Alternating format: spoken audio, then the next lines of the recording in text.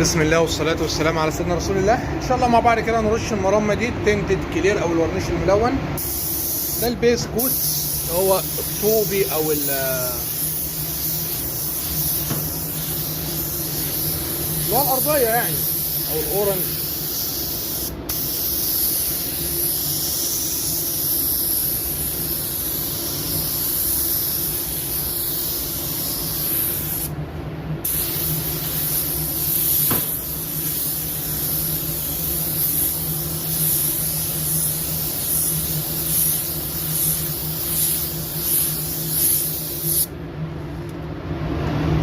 هنا في سبوتايه صغيره قوي.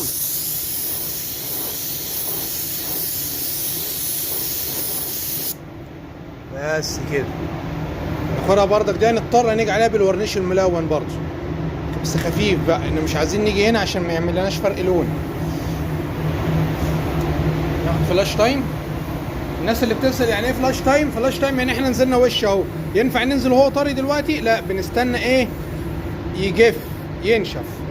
الفترة دي هي اسمها الفلاش تايم، اللي هو عبال ما يمط، مش يبقى بيلمع كده، لا يطفي بقى. تاني طبقة ده مسدس 1.3 اللي في ام بي ضغط الهواء 1.8 كده.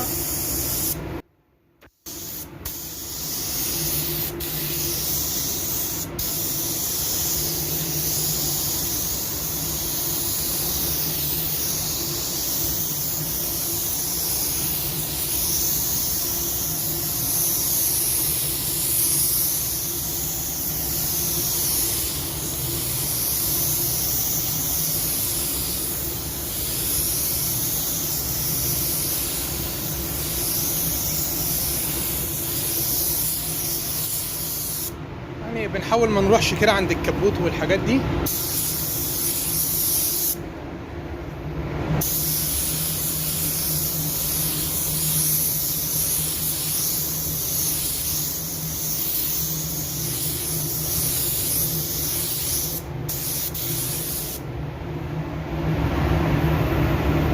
برضه فلاش تايم. وش كده ايه بقى اللي هو ايه يعني سرقه كده. بص، نسرق الشغلانه، نسرق الباب.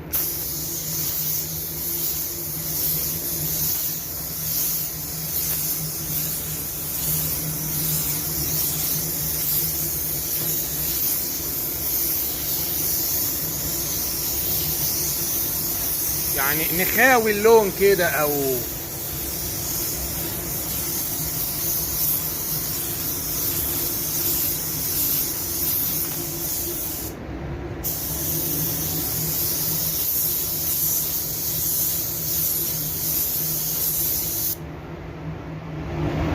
الله يا رجاله.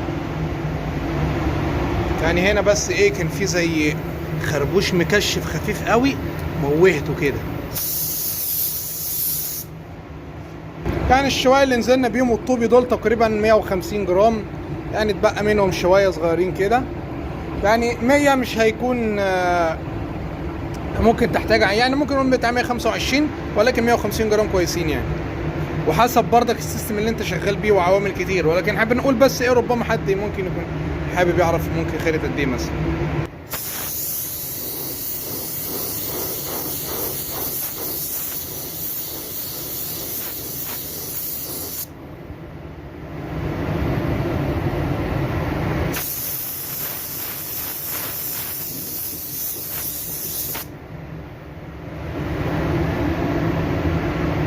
بالتجراء او المصماغه او الدابكه ديت، شيل اي عفره كده اوفر سبراي. مع الهواء كمان يكون خير برضو. مسدس الهواء كده او الرش ده تنفض بيه، شيل اي عفره بس ايه يكون هربت. طبعا الطوبي لغايه هنا الورنيش الملون بقى او البندر الملون يكون مسافه ابعد. احنا هنرش ورنيش ملون ان شاء الله. ده ورنيش صافي بيور، هناخد بيه الحرف ده والحرف بتاع الباب اللي هناك. تنتد كلير بقى والورنيش ملون في المسدس التاني. نصفي ده الاول بالمصفى، بعد كده بنفس المصفى نصفي الورنيش الملون. وده كده التنتد كلير او الورنيش الملون. بص، صبغه ضعيفه جدا. ال 100 جرام حسب السيستم بتاعك تختلف النسبه، بياخدوا تقريبا 7 جرام صبغه مارون، دي كلها بيز كوت عادي، لكن النسبه دي تختلف من سيستم لسيستم طبعا. بيز كوت مارون، ما عليهوش اي ميتاليك ولا اي حاجه. واللون ده الورنيش الملون او التنت الكلير ده ممكن يكون في الوان تانية، ازرق او اي حاجه، مش شرط الاحمر. ده المسدس الايواتا وش دبليو بي اكس فونيا 1.4. هناخد بقى الجنب ده ورنيش. بسم الله.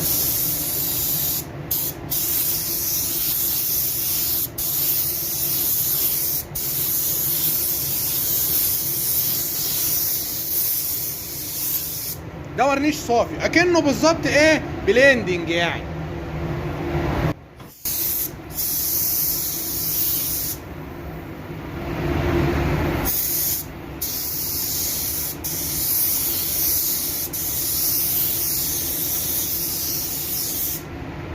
كلير كود، ده كلير كود صافي بيور. خد بالك، بص اللون محتاج الحمار بتاعه يظهر، الورنيش الملون بقى. بص لو جينا بصينا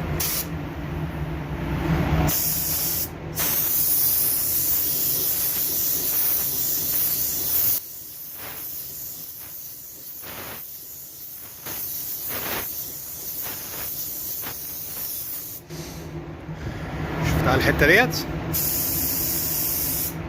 نفس ضغط الهواء كله بيكون متوسط 2 بار على فكره. ده نفس المسدس اللي رشينا بيه البيز، بس غسلناه طبعا كويس جدا.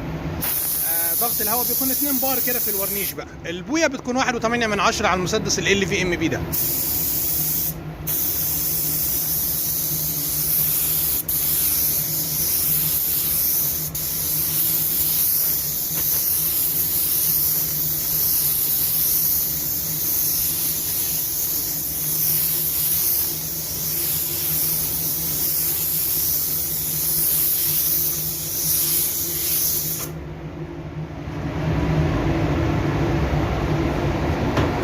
بص اللون بدأ يدمج في بعضه ازاي، واخد بالك؟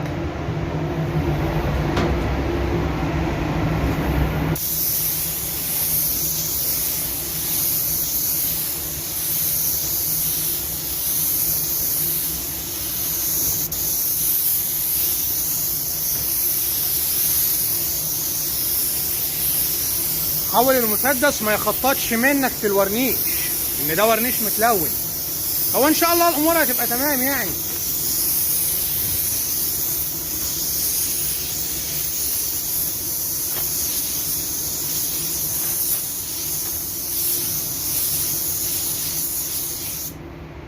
بس ايه، لان هو يعني زي صبغه، فالافضل بلاش يخطط منك يعني.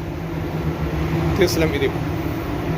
هو بياخد وشين ورنيش متلون، وممكن وش وممكن 3 حسب بقى ايه السيستم بتاعك يعني، ظبطة اللون اللي انت عاملها.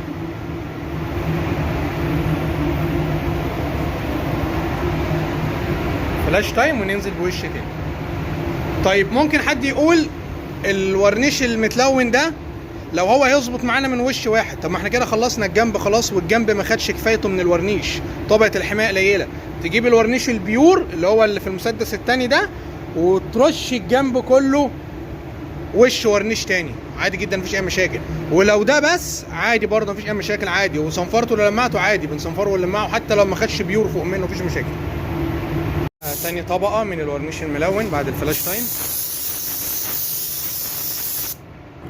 حاول لما تيجي ايه ترش كده تطلع بخة كده الاول عشان ما تنطرلكش حاجة هنا.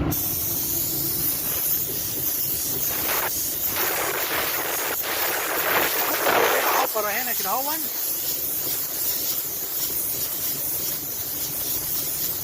يعني انت ايه بتموه بس كده. كده ننزل بقى الرص بتاعنا.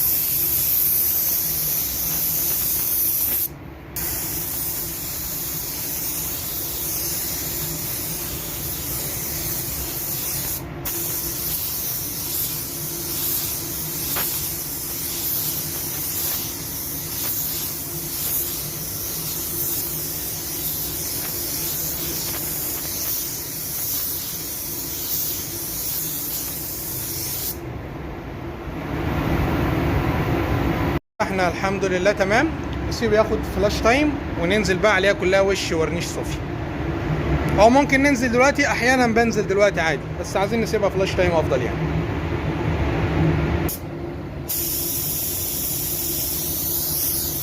كأنك بتسرق كده، بص بتخاوي اللون يعني، مجرد رأي شخصي يعني، ما دعم فني ما اتكلمش معانا في الحته دي. حتى لو عفره كده عادي، ان انت كده كده لسه هترص عليه ورنيش يعني. الحته دي احنا ما حبيناش نرص عشان ما تبقعش كده، لا خدناها ايه، تعفير كده.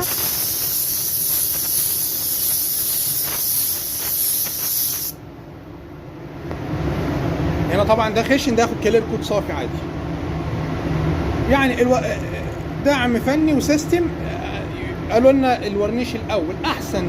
ليه؟ اكن هو البلندنج، انت بتنزل بلندنج الاول بعد كده اللون عليه، هو يمتص العفره او الاوفر سبراي بتاع التنتد كلير، الورنيش الملون.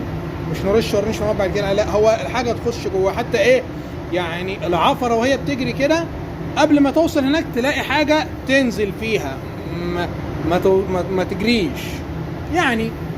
راي شخصي يعني.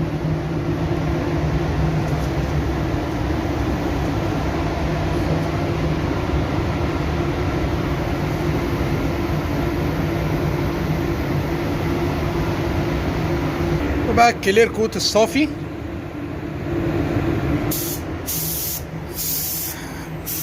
بسم الله.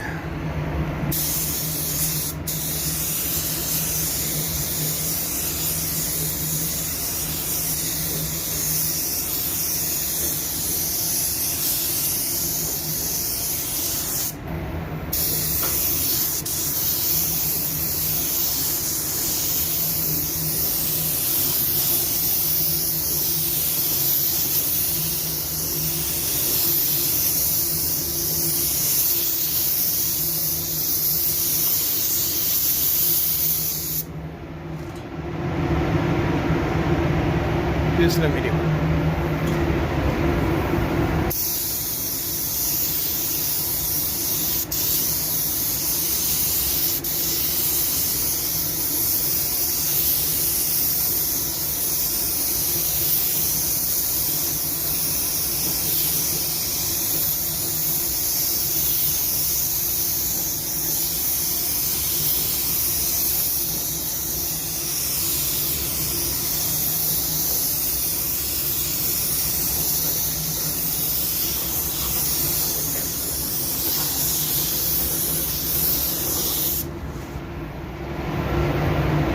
عاش يا رجاله.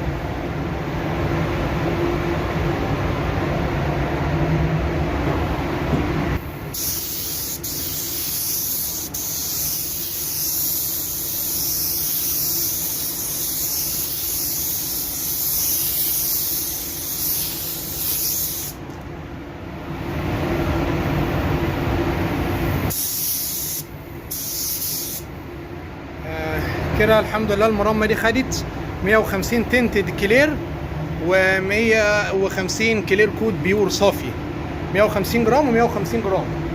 انصحك تعمل 200 200 و200 200 و200 تنور فيد اوت او تنور فرن. هنا ناخد اللي يسرق الحرف ده عندي كده ايه، نوسعها بس سيكه كده. وده التنر اللي فيد اوت.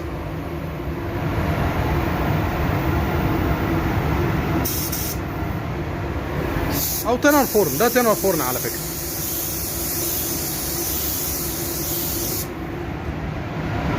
ينشف بقى ويتلمع كده ايه، يطلب بولش. بفضل الله تم كده الموضوع. اللي عنده اي اضافه اي استفسار يسيب لاخوات في التعليقات. طبعا انت هتلاقي اللي فوق ده فاتح واللي تحت ده غامق وده غامق، ده نتيجه الاضاءه، ان انا عندي كشافات من فوق يعني. بص كده، بص كده اللون بدأ. بص ممكن تلاقي فوق بقى هو اللي غمق والحته اللي غمقت وايه، وده فتح. بص نعمل كده حسب الاضاءه يعني بتاعت المكان. بس الحمد لله بفضل الله الامور تمام. ما تنسوناش في دعوه حلوه رجاله، وتعمل اعجاب على الفيديو وسبسكرايب وتعليق حلو كده.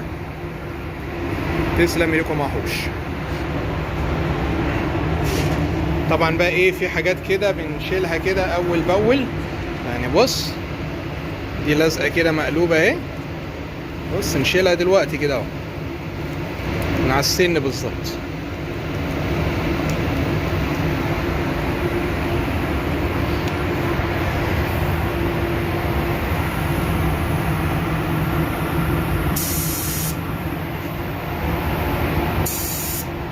السلام عليكم ورحمة الله وبركاته.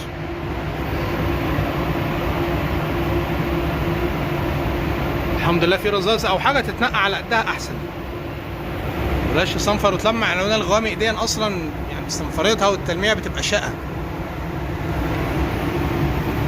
عاش احوش. شيل الورقة ديت، طبعا ده عايز يتلمع بس ايه، نشيل ورقة ايه شيشنا كده بس. بص على الشكل، ايوه شايفين الحمد لله البنطة ايه، فينا رصاصية على قدها تتلمع على قدها احسن. صنفر بال 3000 او 2500 كده. مية الورنيش اهي الحمد لله واحدة ديت، مية اسمها المية او البنطة.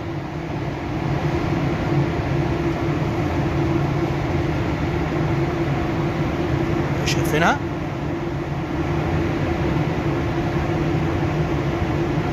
تسلم ليكم يا رجاله. عاش اخوش. ده عايز يتلمع طبعا.